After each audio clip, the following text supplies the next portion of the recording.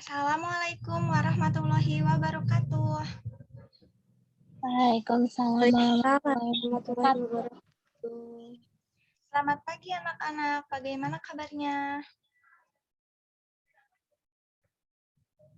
Baik, Bu. Ibu. Baik, Bu Guru, baik-baik.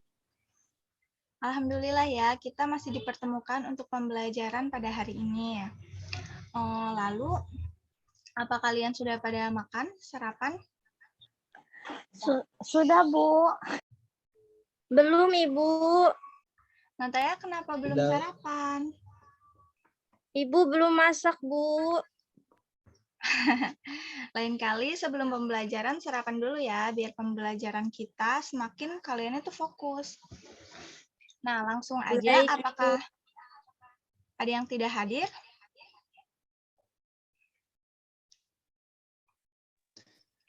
Yang nggak hadir Dono, Bu.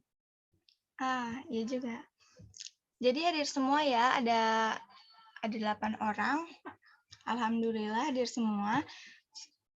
Sebentar ya, Ibu share screen dulu.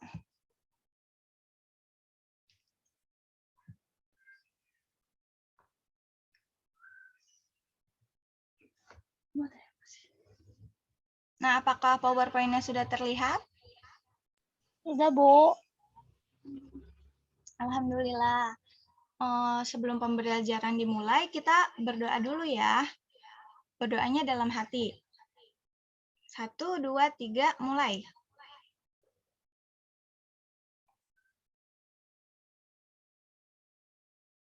Selesai.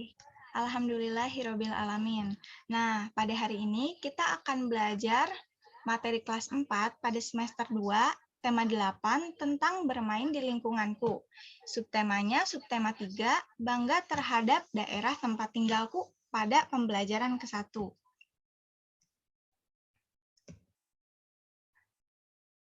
Sebelum itu, bagi yang bisa on-cam, diharap on-cam ya. Nah, adapun tujuan pembelajaran kita pada hari ini yaitu dengan kegiatan mengamati berbagai contoh hubungan antara gaya dan gerak, siswa dapat menjelaskan hubungan antara gaya dan gerak. Lalu, tujuan yang kedua yaitu dengan pengamatan peristiwa di lingkungan sekitar yang berkaitan dengan gaya dan gerak, siswa dapat menjelaskan mengenai hubungan antara gaya dan gerak melalui pengamatan kehidupan sehari-hari. Nah, yang pertama ini ada penjelasan tentang gaya. Gaya adalah yang menyebabkan sesuatu benda bergerak. Gaya dilakukan dengan cara menarik atau mendorong sesuatu benda. Nah, berdasarkan sumbernya, gaya dapat dikelompokkan menjadi gaya gravitasi, gaya listrik, gaya magnet, dan gaya gesek.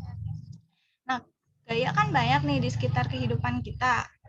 Ada yang tahu gak sih gaya gravitasi itu seperti apa? Contohnya?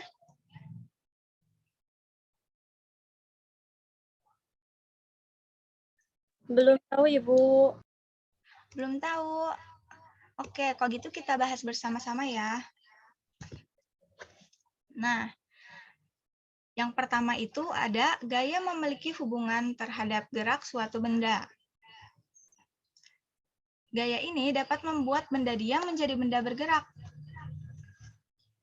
Nah, di sini ada contohnya, yaitu ketika ditarik, ayunan itu bergerak ke belakang.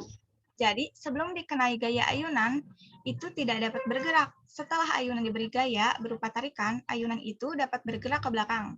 Dengan demikian, menyebabkan benda yang diam menjadi bergerak. Nah, di sini siapa sih yang udah pernah main ayunan? Saya, Bu. Aku. Nah, pas kalian didorong sama teman itu, ayunannya jadi bergerak ya, ke depan dan ke belakang, bener kan? Iya, Bu. Berarti itu pertanda yang tadinya benda itu diam, saat didorong, diberikan gaya, bendanya jadi bergerak. Nah, lalu yang kedua ada gaya memiliki hubungan terhadap gerak suatu benda. Gaya dapat membuat benda bergerak menjadi lambat atau berhenti. Nah, misalnya tuh di sini ada bus sekolah ya. Bus melaju, kemudian berhenti. Pada peristiwa itu, Pak Supir melakukan gaya dengan menginjak rem bus. Dengan gaya yang dilakukan Pak Supir, bus menjadi lambat lalu berhenti. Nah, kalau bus itu kan kalau mau berhenti, remnya pelan-pelan dulu kan, jadi nggak langsung berhenti. Apakah di sini sudah pernah ada yang naik bus? Sudah. Sudah, Ibu. Jadi mengerti kan bagaimana bus itu berhenti? Jadi saat supir mengincak rem, busnya itu menjadi pelan dulu, baru berhenti. Paham ya anak-anak? Alhamdulillah. Lalu yang ketiga, ada gaya memiliki hubungan terhadap gerak suatu benda. Nah, gaya ini dapat mengubah arah benda. Nah, misalnya di sini ada cewek tuh lagi bermain voli ya. Nah, perubahan arah gerak bola karena gaya yang diberikan pada bola, pada peristiwa itu tuh yang digambar, bola dilambungkan ke atas sehingga bolanya bergerak ke atas. Lalu bola dipukul sehingga bolanya itu bergerak ke arah depan. Nah, di situ ada perubahan arah gaya ya, ada perubahan arah dari benda yang disebabkan oleh gaya. Lalu yang keempat ada gaya memiliki hubungan terhadap gerak suatu benda. Nah, di sini gaya dapat mengubah bentuk benda juga. Contohnya itu ada plastisin. Di sini siapa sih yang udah pernah main plastisin? Sudah. Jadi kalian tuh kalau main plastisin kan ditekan-tekan itu kan plastisinnya. Nah, bentuknya berubah. Yang tadinya kotak bisa jadi bulat, yang tadinya bulat bisa jadi bintang. Itu karena disebabkan oleh gaya. Nih, bermain plastisin dilakukan dengan cara melakukan gaya membentuk berbagai bentuk dari plastisin. Dengan gaya yang dilakukan, plastisin menjadi berubah bentuk. Menjadi berbagai bentuk yang kita inginkan. Nah, di sini kita ada latihan pemahaman kalian sampai mana. Di sini ada peristiwa Edo membuka dan menutup pintu. Nah, sumber gaya apa sih yang dilakukan Edo terhadap pergerakan pintu itu? Ada yang tahu nggak?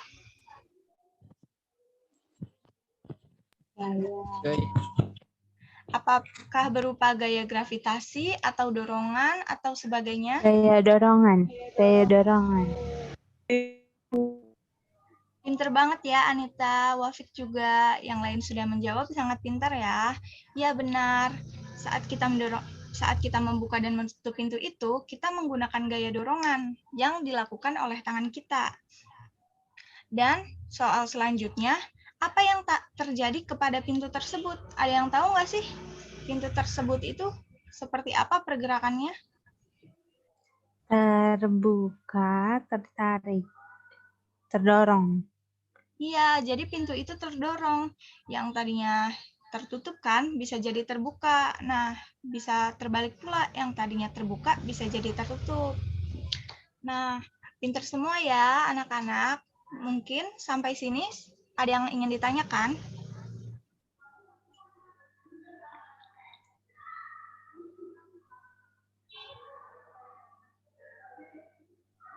Sepertinya sudah pada paham semua ya, alhamdulillah. Nah, Iya, untuk hari Ibu. ini cukup sekian. Tapi sebelum kita tutup, ada yang ingin menyimpulkan nggak sih materi yang sudah Ibu berikan?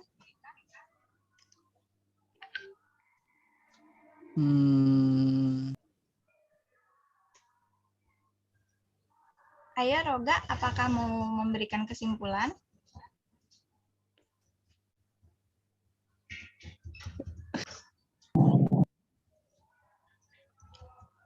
Oke, jadi Ibu saja yang berikan kesimpulan. Nah, kesimpulannya itu, gaya adalah suatu tenaga yang dapat menyebabkan perubahan gerak benda maupun bentuk benda. Nah, kesimpulannya itu saja ya. Apakah ada yang ingin ditanyakan? Sepertinya tidak, Bu. Oke, Udah, berarti Ibu. pembelajaran hari ini cukup sampai di sini. Siapa yang ingin menutup pembelajaran dengan memimpin doa? Sebelum menyudahi pelajaran, marilah kita berdoa terlebih dahulu. Berdoa selesai. Terima kasih kepada Wapik yang sudah ingin memimpin kita membaca doa. Semoga materi yang disampaikan hari ini bisa bermanfaat ya, terutama untuk kehidupan kalian sehari-hari. Terima kasih. Wassalamualaikum warahmatullahi wabarakatuh. Waalaikumsalam. Ibu. Terima kasih, Bu.